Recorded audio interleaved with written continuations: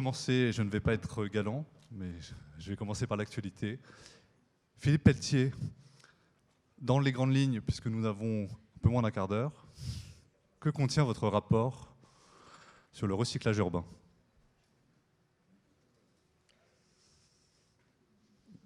Bon, alors je suppose que ceux qui voudront en savoir davantage le liront, et j'imagine qu'il est disponible sur le site de la Tribune ou qui va l'être.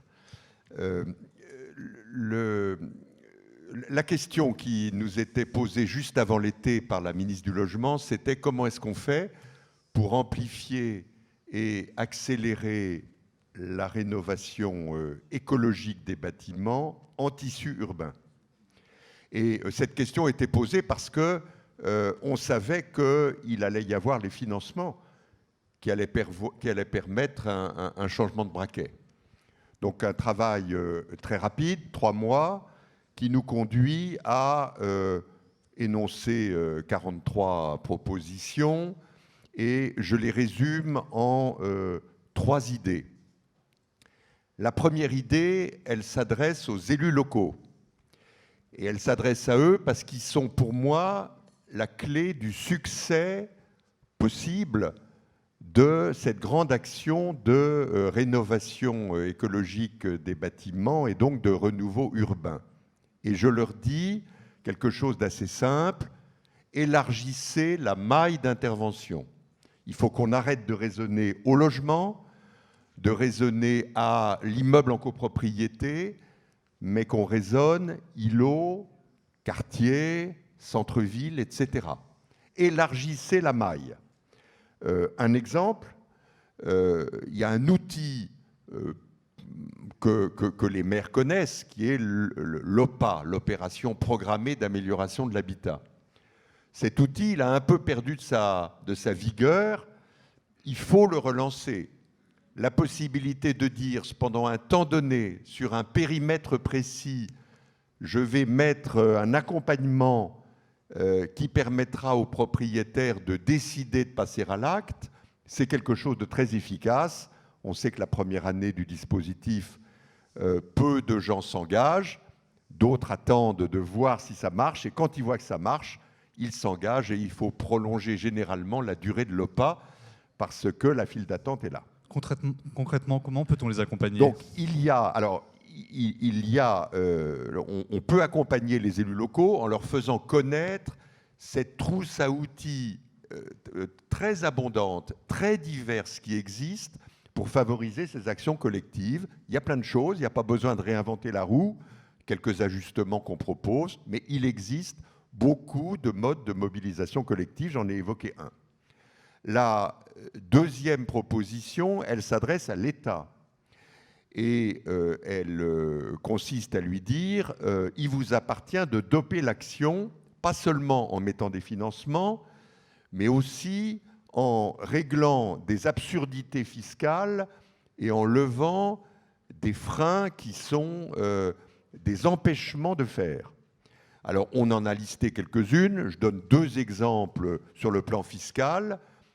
Si on veut rénover, on a besoin de ce qu'on appelle la vente d'immeubles à rénover. Or, son régime fiscal emprunte ce qu'il y a de plus cher à la vente d'un immeuble neuf et ce qu'il y a de plus cher à la vente d'un immeuble existant.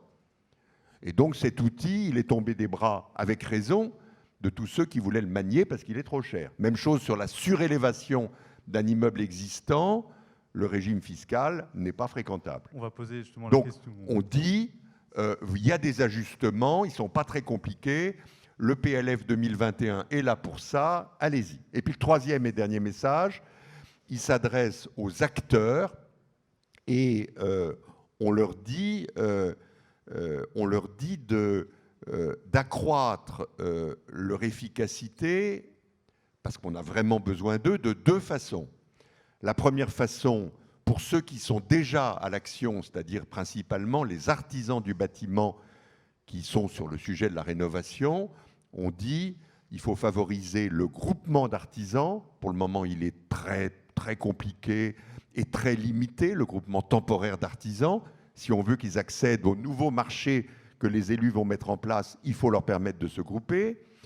On dit évidemment que la maîtrise d'œuvre est indispensable pour accompagner le mouvement. Et puis, je termine par là, on suggère que le sujet de la rénovation, qui est un sujet structurant de l'immobilier dans les prochaines années, où on sait bien qu'on va construire un peu moins et qu'on va rénover un peu plus, on dit aux acteurs du neuf, portez-vous sur le marché de la rénovation. Les promoteurs, c'est aussi votre boulot, parce que vous saurez, en rénovant, ajouter de la construction à côté.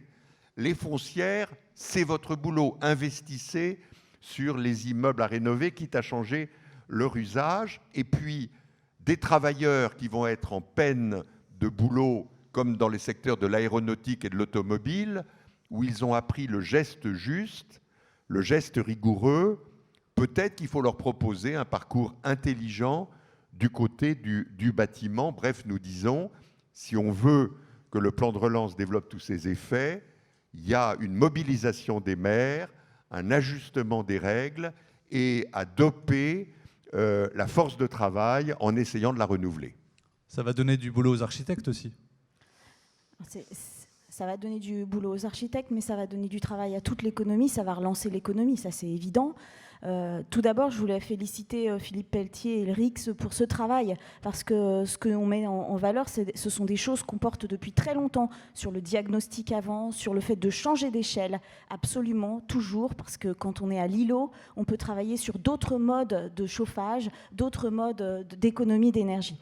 Mais là, on vient de subir la Covid. Et donc, il va falloir que, effectivement, cette crise nous serve aussi à prendre d'autres paramètres dans la rénovation. Et quand vous parlez de surélévation, quand vous parlez d'augmentation des logements, moi, je pense que c'est ça. C'est quelle réhabilitation augmentée on veut pour éviter un réabonnement progressif tous les 20 ans à une rénovation qui, finalement, coûterait de l'argent à l'État d'une manière régulière. Donc, ça veut dire que d'accord, il va falloir aller vite, mais il va falloir faire ça très bien avec les bons outils. Comment on déclenche le déclic ?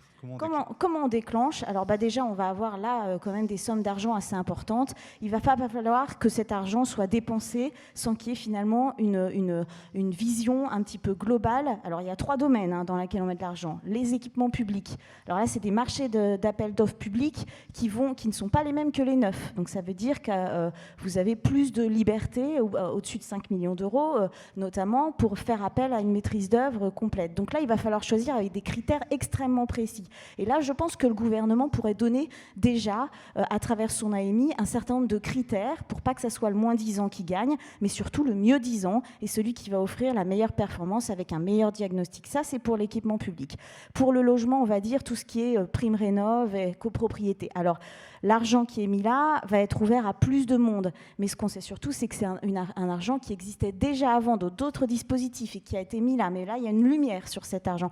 Là, il va falloir vraiment qu'on utilise cet argent en éco-conditionnalité. Pour moi, ça veut dire qu'il faut l'avoir 2 fois. C'est-à-dire que quelqu'un qui habite à côté d'une filière chanvre qui développe de l'isolation, s'il ne va pas prendre son isolant là, mais qui vient de Chine, pour moi, on aura tout perdu. On n'a pas le double investissement qu'il faut que l'État garantisse aujourd'hui, parce que ce n'est pas de l'argent jeté par les fenêtres, c'est de l'investissement. L'investissement, il doit être sur ces filières.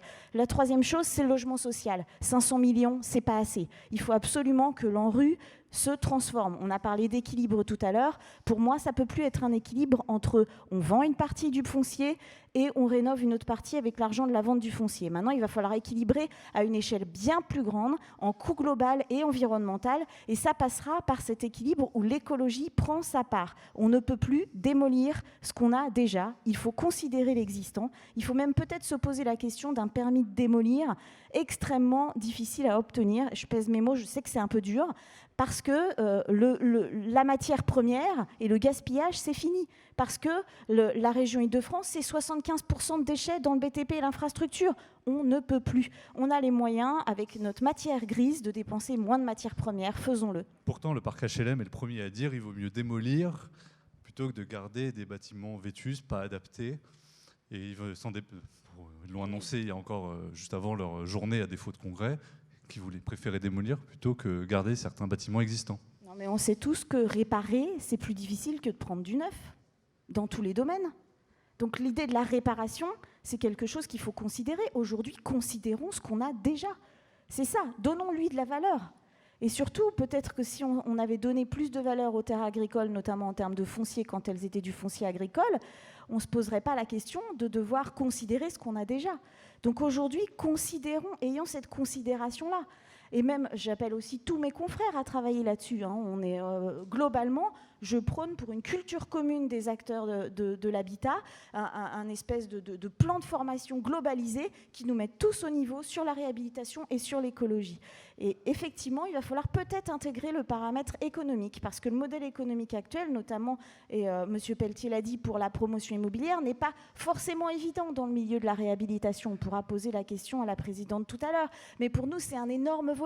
C'est-à-dire, il faut effectivement qu'ils puissent s'y mettre plus, mais il faut qu'il y ait de la place pour tout le monde. C'est-à-dire qu'il faut pouvoir le faire bien et le faire en mettant plus d'usage. C'est-à-dire cette rénovation, cette réhabilitation augmentée qui, en même temps qu'une rénovation thermique, sera aussi une rénovation d'usage pour venir rajouter la pièce en plus dont on a manqué pour que nos enfants puissent étudier pendant le confinement, voilà, pour pouvoir promouvoir le télétravail de proximité et finalement peut-être rééquilibrer un peu les territoires et limiter aussi les mobilités. Dernier paramètre, la santé.